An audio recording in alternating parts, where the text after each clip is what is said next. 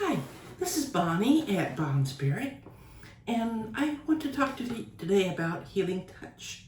I took the classes many years ago, and this is the main book that I was using when I was in Denver, Colorado, getting my training. And I use pendulums, but I also use my hands as a healing element. And some of the pictures that illustrate how it sort of works. This is one that I think is very colorful, and you can study it and see basically that's the energies that one uses when one is using healing touch. When I was in the class,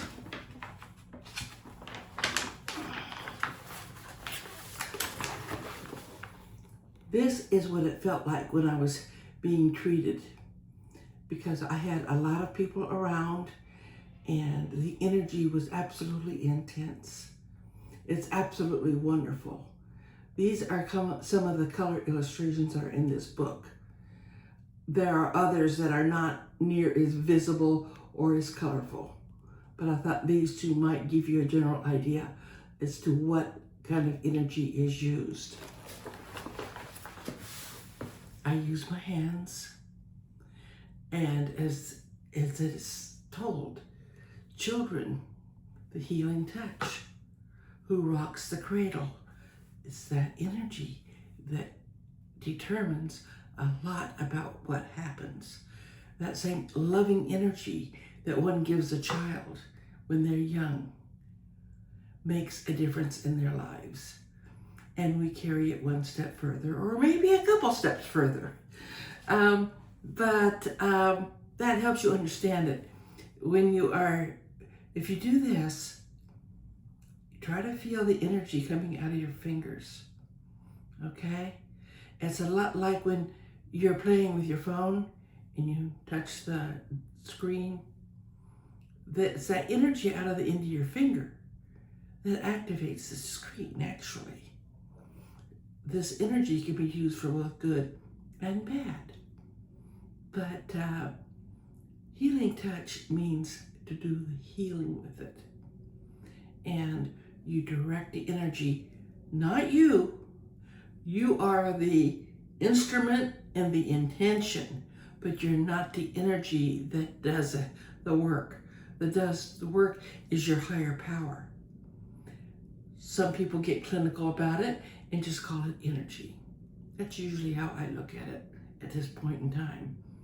But you can also call it the Christ light. You can call it Buddha. You can call it Muhammad, whatever it is that you can relate to.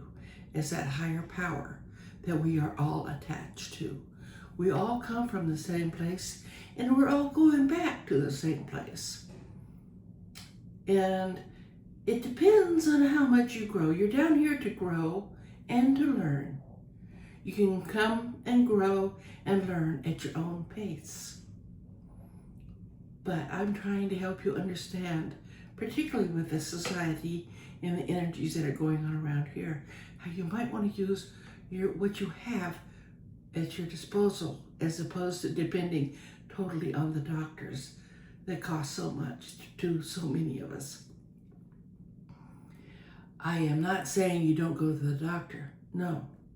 But very often you will find an idea as to what might be wrong. There was one lady that I worked on. She was a little skeptical, but I found that there was something going on in her lower intestine. And I told her she needed to go to the doctor to find out what it was. She said, "Oh, I've had that check done 5 years ago. I am in perfect health. There is nothing wrong." Well, I finally encouraged her to go ahead and have it checked out. Turns out she had some polyps that hadn't gone to cancer yet, but she needed to have them removed. And that's what I was picking up when I was examining this person. And she realized that there might be something to what I'm doing. It's not hocus pocus, but it's not Western medicine either. It's not Eastern, it's universal. It's universal energy that we can all tune into. We ask for help. We ask our guides. We ask God. We ask Jesus. We ask whatever it is that you are comfortable with for help.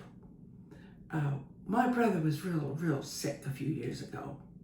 He had had a serious accident and his kidneys weren't working. Our mother decided that I was going to be the one that was going to donate a kidney to my brother. It wasn't a question. It was an assumption. And I wasn't ready to challenge my mother on it. But I sent out a prayer. And at that time, I sent it out to my great-grandmother, whom I was very close to before she passed. I said, please, I don't want to have to face this. I don't want to have to challenge my mother and tell her that I didn't want to donate one of my kidneys. And the fact that my brother was so sick, I didn't know if he was going to pass or not. And then I let it go and went back about my business. And the next day, lo and behold, the doctors let my brother know that one of his kidneys started working again. They did an exploratory at the time and found out that one of his kidneys had mummified instead of getting infected. But the other one was working perfectly fine. So there was no need for me to donate my kidney. And I attributed that to my grandmother, or that spiritual energy and that love that I felt towards her influenced the powers that be and allowed his kidney, the one kidney at least, to start working. And he's still living on that one kidney and he's still around. And that was, I don't know, almost 50 years ago. And he's still kicking. I don't know why, because he had so many things wrong with him.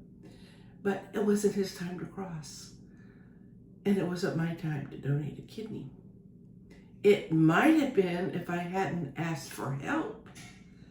And I would have had to face my mother. At that time, I wasn't ready to. I didn't want to upset my mother. She had been through so much. As many children are, they are protective of their parents. And I was protective of my mother. She had been through so much, and I didn't want her to have problems stemming from me. But as I say, when I got into Healing Touch, I found a way to help other people. The thing is, now that I'm doing these YouTubes, I'm going to the fact that I need to apply what I do for others to myself. There's so much to it. And yet at the same time, it is so very simple. You can do distant healing if you have a strong attachment to somebody who's not in your venue. It's best, though, if you're up close where you can get into the energy fields. The energy fields of people vary in many ways. This is basically some of the energy fields that you might want to be into. Okay? And each layer has its effect and its usefulness. And it changes as you change in your stinking thinking. This is just a very basic, elementary example of it.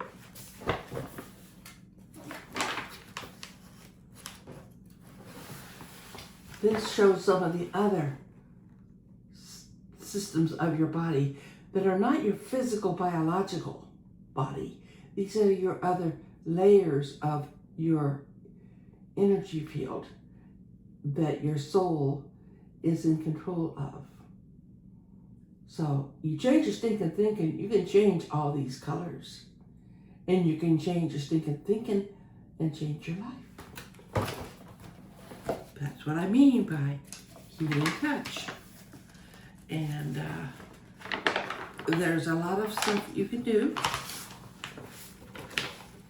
For instance, this woman was having some energy problems with her sacral and her root chakras.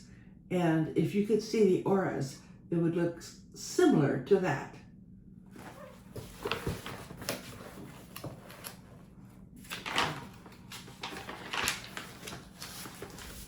These are other examples of the energy fields that Healing Touch works with. Always with the intention of doing good. Of course, if you want to use it for the wrong purposes, that is your karma.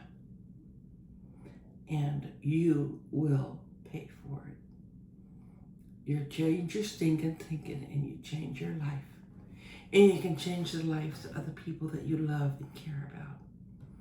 Now, before I start any of my healing, forgot to mention to begin with, that Christ light, Buddha, whatever light you want to call it, that white light from your higher power, you cover yourself in that energy. It's a shining white light.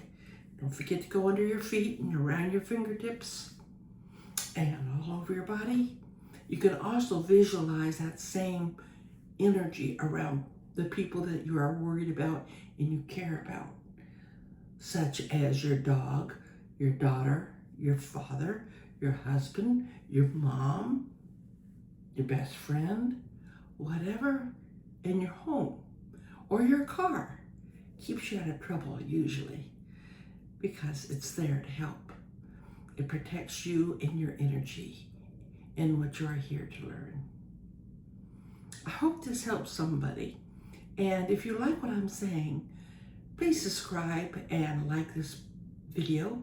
It will help me grow and get out there and reach other people who might want to hear the same wonderful information, which I think is incredible. And so, until I see you later, change your stinking thinking, change your life, and enjoy your wonderful time on this planet. You're here for a reason. I'm not the one